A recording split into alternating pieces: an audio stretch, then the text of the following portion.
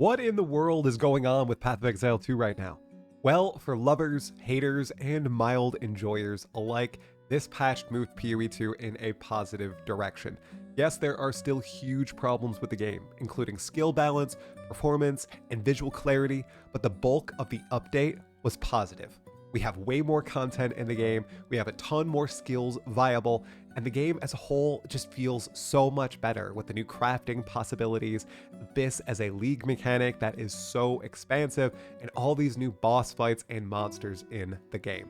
I've been having an absolute blast while people have been having issues with the game that I have also experienced, and in this video we are breaking down the good, bad, and ugly of PoE 2 0.3, the Third Edict, and justifying why I am giving it a 9 out of 10 so far as a casual dad gamer who blasted the heck out of it during the opening weekend, and now we'll only have probably a few hours to play every single week. Don't worry, MP, I am going to justify that 9 out of 10. I am not a complete shill. We're gonna get to all of it. But before we do, my fellow exiles, I've been out of commission because I lost my voice, had a crazy fever the past few days. I'm still recovering, but I would really appreciate the support. Make sure you like the video, subscribe to the channel, hit the sub notification bell, and leave a comment below if you'd like to see future videos as I keep pumping through Path of Exile 2, a game so sick it even passed its disease onto me. Might want to take that out. And as always, timestamps are in the description below. Let's pop right into one of the pros with the campaign edition of Act 4 and the interludes. The design of Act 4 was simply superb. The boss fights, the areas, the NPCs, how you interact with them with your character via dialogue, giving personality to your exile. It was just beautiful. I did not expect to enjoy Act 4 more than Act 1, but now it has surmounted Act 1 as my favorite act in PoE 2. I thought given Act 1 had the most testing, had the most polish, there would be no way Act 4 would surpass it, but it easily did, and my ratings are now Act 4, Act 1, Act 2, and Act 3 in that order. I'm wondering if Act 5 and Act 6 will be able to do the same exact thing. I think GGG took their learnings from the prior acts and all the feedback people had with them and really pushed them all into Act 4. Not only did they do that, but they also ensured Act 4 felt truly unique. It stood out as a distinct piece of content in the game, allowing you to choose which island you go to, each of these islands having a vastly different design, very different enemy types, and it really allowed you to just be variable with the way you progress through it. A big complaint I saw from a lot of players was that Act 4 felt too long, and it didn't at all to me. Even though it did take me longer, a little bit longer than Act 3 to do, it was still my first time playing through it, and the first time for a lot of you playing through it as well. I think once you go through it a couple more times, you're going to be able to speed through it at your leisure, and it's just going to be like Act 1, Act 2, Act 3. Now, there is something to be said that Path of Exile 2's campaign is really stepping up to be a part of the game, something that you don't just zoom through. And that is different from Path of Exile 1 and Last Epoch and many other ARPGs, some that allow you to just skip through the campaign entirely. And I like that. I like that the campaign is an actual part of the game that you need to progress through. You need to build your character to surmount. It's interesting, it's different, and I'd rather Grinding Gear Games design a campaign to be as fun and as mysterious and variable as possible, something that you can master, as opposed to something that is just a mere stepping stone on your journey to the real game, that is the end game of Path of Exile 2. That is opinion I know a lot of people will disagree with. A lot of people want to be able to move through the campaign much faster. They want a campaign skip option. I just don't think that is a good idea, and it's definitely not what GGG is going for here. I also just need to give one more ounce of praise to the actual story and the way your character interacts with NPCs again. This shed so much light on the personality of our exiles, and I really hope Grinding Gear Games goes back and does the same with Acts 1 through 3. Your dialogue changes based on your class and your ascendancy. And unlike many modern games where the character takes on a very generic mold, your character is actually a character with a personality and a clear opinion about what's going on in the story and the world, and I absolutely adore that. I love that GGG finally decided to give your character a little bit more of a voice. And if this continues with all the future leagues and all the future acts, we are in for an absolute treat when it comes to PoE2's story. A brief shout out to the interludes 1 through 3 as well. I didn't think I was going to enjoy them as much as I did. GGG are the kings of asset reuse, and even though many of the bosses and mobs and areas are stuff we've previously seen in the game, they made them completely fresh, and they gave some novel concepts to all these areas that really made them stand out. I'm talking about things as simple as an Interlude 2 where the town you can exit 4 different ways into a massive map, the Crossing, where there's monsters just coming at you from all sides across this massive area with different exits leading out from it, lots of little secrets to find. I love those interesting ideas, and I hope Grinding Gear Games continues to put them throughout PoE2. You also have the area in Interlude 1 at the end, the manor, where at the beginning of the zone you can see where you need to progress next to reach the interlude end bosses. That was also a unique concept, and I just love those little bits of map design. It makes them stand out from the rest of the game. With the boss fights, they also put that little bit extra pizzazz with Camille bringing in brand new tracks for them, complete reskins of Draven and Asinia, or just completely unique designs like Asmati. Oh my goodness, that fight was crazy. And as much praise as I'm giving the boss fights, and they were quite enjoyable and rewarding, I must say, very few of them were difficult to me. Now, I was playing an Ice Strike Acolyte of Chayula, so I was chilling the monsters, but in Act 4, I died to one boss. The pirate boss, actually. He anchor slammed me a single time, one-shot me, but every single other boss, I killed in one go. That wasn't the case for the interludes. I did die a few times, for example, to Asmati. I think that was the toughest boss for me, but everything else, I pushed through. Now, when I first started playing Path of Exile 2 back in December, oh my goodness, Act 1, Act 2, Act 3, all those bosses were crushing me for quite a while. So maybe I've just improved in skill, or maybe Grinding Gear Games intentionally lowered the difficulty level of the bosses. You'll have to let me know in the comments below if you notice this as well.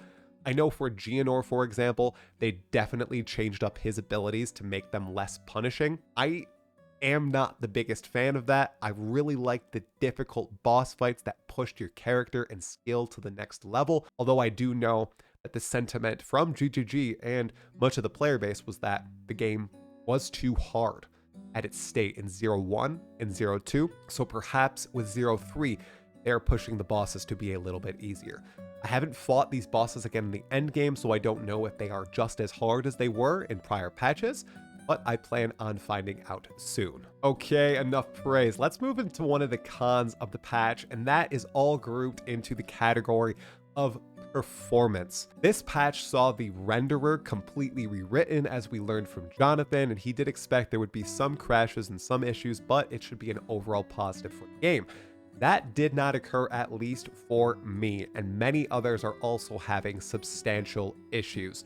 Now, mine are isolated to mere render crashes wherein the game will freeze up and then it will go black, and then the game will essentially fake crash and reset the zone around me. So I don't actually crash out of the game, but it essentially mimics a crash. Alongside that, I also have massive FPS drops when I'm fighting Abyss monsters most of the time, and I am running a 4090 with a 9950 3XD AMD CPU, tons of RAM. I have a giga computer, and I'm still having big drops, stutters, and giant performance issues all around. I know this is an early access game. I know Grinding Gear Games doesn't want this to be happening, of course, but I have to ask, if we keep seeing these massive problems, especially for high-end PCs, how are PS5s, Xboxes, and lower-end PCs expected to be running this game at a base level? Especially with mechanics such as Abyss, which introduce so many monsters into the field of play that just completely diminish any performance that you have. And this all rolls into the issue with visual clarity as well. This is worse than ever before in PoE 2 with Abyss. There comes a point, about in Interlude 2 I'd say, where so many monsters can appear on your screen that you can't really see what's happening, and it's a pure stat check what's going on. And this just continues to beef up and beef up. I've seen some clips of Abyss maps, tier 15s, that look absolutely absurd. You can't even see the ground, there's so many monsters. It becomes a pure stat check, not a skill check or anything like that, alongside a PC check, because this is melting people's machines. And even if this wasn't melting people's machines, the visual clarity is still difficult to behold. Because if you're playing, for example, melee, and you're fighting on top of monsters that are green colored and black colored, and then they drop degens on the ground that are green and black, and you can't even see them, and it just starts to eviscerate your life, what can you do? And then there's also on-death explosions, so people might not see those, and they walk to get some loot, and then they just pop completely. There's a lot of these mobs in Abyss, and they are deadly. I think these are the mobs that killed me the most so far in Path of Exile 2, this current patch, because of how powerful these effects are and how much they impact me on a melee character. And a lot of the time it's because I can't really see them. On one end, we know GGG wants to put so many monsters on the screen that we feel giga powerful, and we feel good when we find these crazy abysses and are able to overcome them. But on the other side, we literally cannot read the battlefield because there are so many monsters on the screen at the same time. Well, if you get a supremely powerful screen clearing build, this becomes a non-issue. But not everybody's builds are like that. Mine is, and I can for sure tell you that right now. So what is the solution here? I don't have one, and I don't know if Grinding Gear Games does either. This is something that has existed in Path of Exile 1 for the longest time, and they sought to solve in Path of Exile 2. But here we are with the very first true League mechanic, and it's crazy how many monsters are appearing on screen right now. It feels really cool, but it's also destroying performance, and it's introducing so much visual clutter to the game that you cannot see what's going on. And then, as I briefly mentioned before, in addition to the rendering crashes that I'm experiencing, a lot of people are just getting crashes that send them straight to desktop. I really hope Grinding Gear Games tries to solve those ASAP. I know it's early access, but still, having those exist in this game is super unfortunate, and it really lowers the enjoyment for a lot of players. Like I said, I could look past my own issues. I played for a ridiculous amount of time, and it probably only took up, less than 5% of my own gaming time. So I had an absolute blast despite the issue. And again, performance was actually only abysmal in Abysses. And I haven't hit the crazy levels of Abyss yet, so it might dip even further. All right, right now let's pop back to a positive, and that is sprint. Now, this is a controversial take here because even my own view of sprint has changed substantially from day one to now. I originally was a sprint non-enjoyer. I had some massive skill issues. I had a fat finger constantly causing me to get heavy stunned, but when I learned how to pilot sprint properly, it became a massively powerful tool, and I understand why there's not only one downside to using sprint, why there's a multitude of downsides that Grinding Gear Games have given it. However, I gotta say, they should have advertised these downsides when they were talking about sprint. They only talked about the heavy stun aspect. There's a lot more that happens here. If you bump into an object, you have an odd animation. If you're trying to turn, the piloting is super slow, and there's a multitude of other things. But it is ridiculously busted because you can avoid pretty much every monster in the map if you are using sprint properly. And we all know some people just aren't, because it is difficult to master. So I think sprint is a huge boon if you know how to use it properly. If you're not, it is rough to behold. You will constantly be dying. You will get frustrated as you pound into little urns. And the clips that we've seen are just hilarious thus far. The one change that I think they should add to sprint at this point after my enlightening of skill is they should give an option to bind sprint to a different key. Right now, you can only bind it to the same key that you dodge with. You have to dodge, hold dodge to turn into a sprint. They should add another key that dodges you and then puts you into a sprint. so that you don't mix up the two. Because what's happening right now is some people, they try to dodge, but they're pushing on their dodge a little too long. They go into a sprint, and as they were dodging, they get hit and heavy stunned. And while yes, it is technically a skill issue, one that I encounter myself many times, I still think there should be an option for those who have fat thumbs like me. Now let's run back over to another con here, and this one is a bit divisive. I streamed for a ridiculous amount of time, and I had lots of people, hundreds of people coming into my chat and talking about this, and I'm getting many different stories, not only from these players who are coming into my stream, but also content creators and people on Reddit, in my Discord, and beyond, and that is on the topic of skill balance. The disparity between people's enjoyment of this patch relies much on what skills they chose to play. Some skills worked very well, and people were able to progress through the game at a reasonable pace and have a great time. Other skills were just flat out broken and didn't even work, or were just completely detrimental to people playing the game entirely. Other skills were just very weak and led players to move at a snail's pace throughout the game. What we have right here is a massive disparity between various skills in the game, which is unfortunate. And then even within that, there is a bit of a schism where people are saying spells are horrible and infusions are horrible, and then some people are saying infusions are great. I'm blasting the entire screen in one go.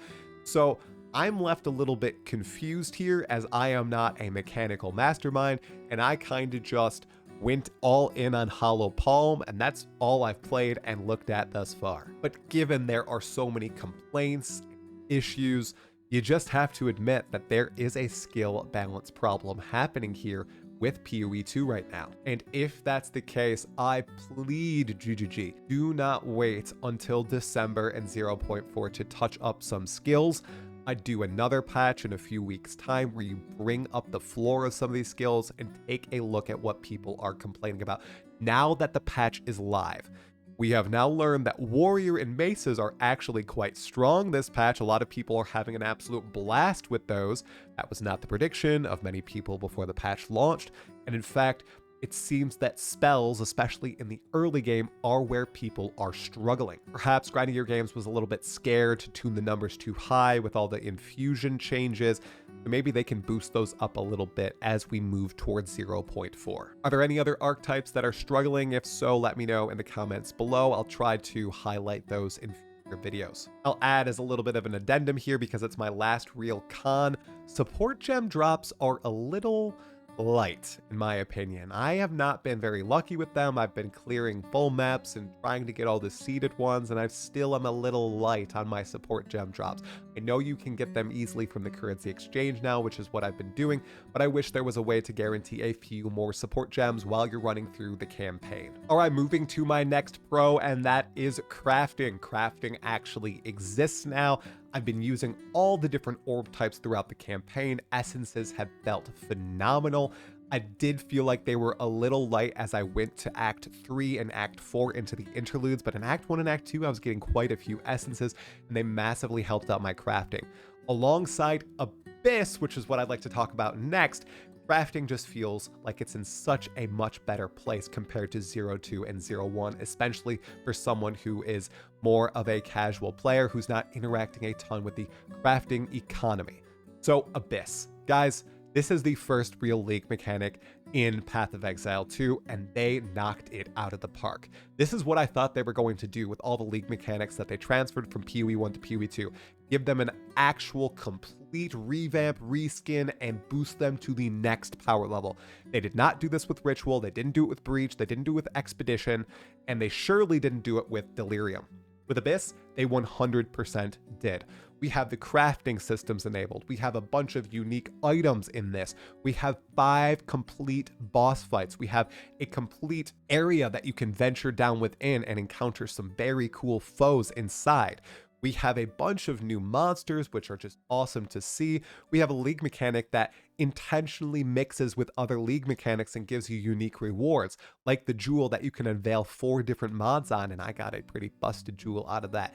This is the standard for Path of Exile 2 League mechanics, especially when they transfer from Path of Exile 1. I hope they use this as the baseline for all future leagues that they move on from PoE 1 to PoE 2 and any future leagues that they just design from PoE 2 from the ground up.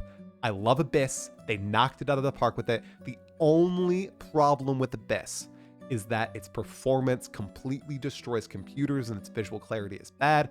And then I think it's a little bit too tough on the early levels unless you work at an absolute snail's pace and knock through the Abyss monsters, which I do believe they are addressing in the newest patch, which we'll talk about at the end of the video. Another W that I don't have much to say on is the Merchant. It works great, and that feeling that you get when you log on after a day of playing and you see that you've sold a bunch of items and you have Exalts and Divines waiting for you in the stash is just superb. It's pure bliss. This skill system rework has also been a massive win personally.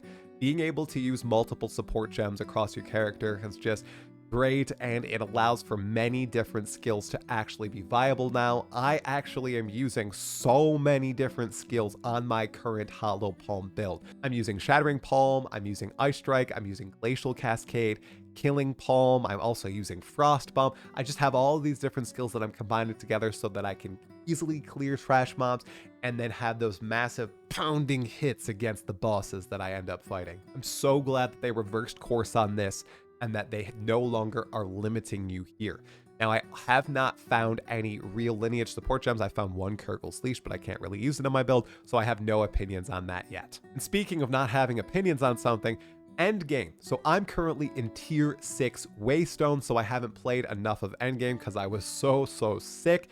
But what I have seen of Endgame so far has been quite promising, especially mixed with Abyss.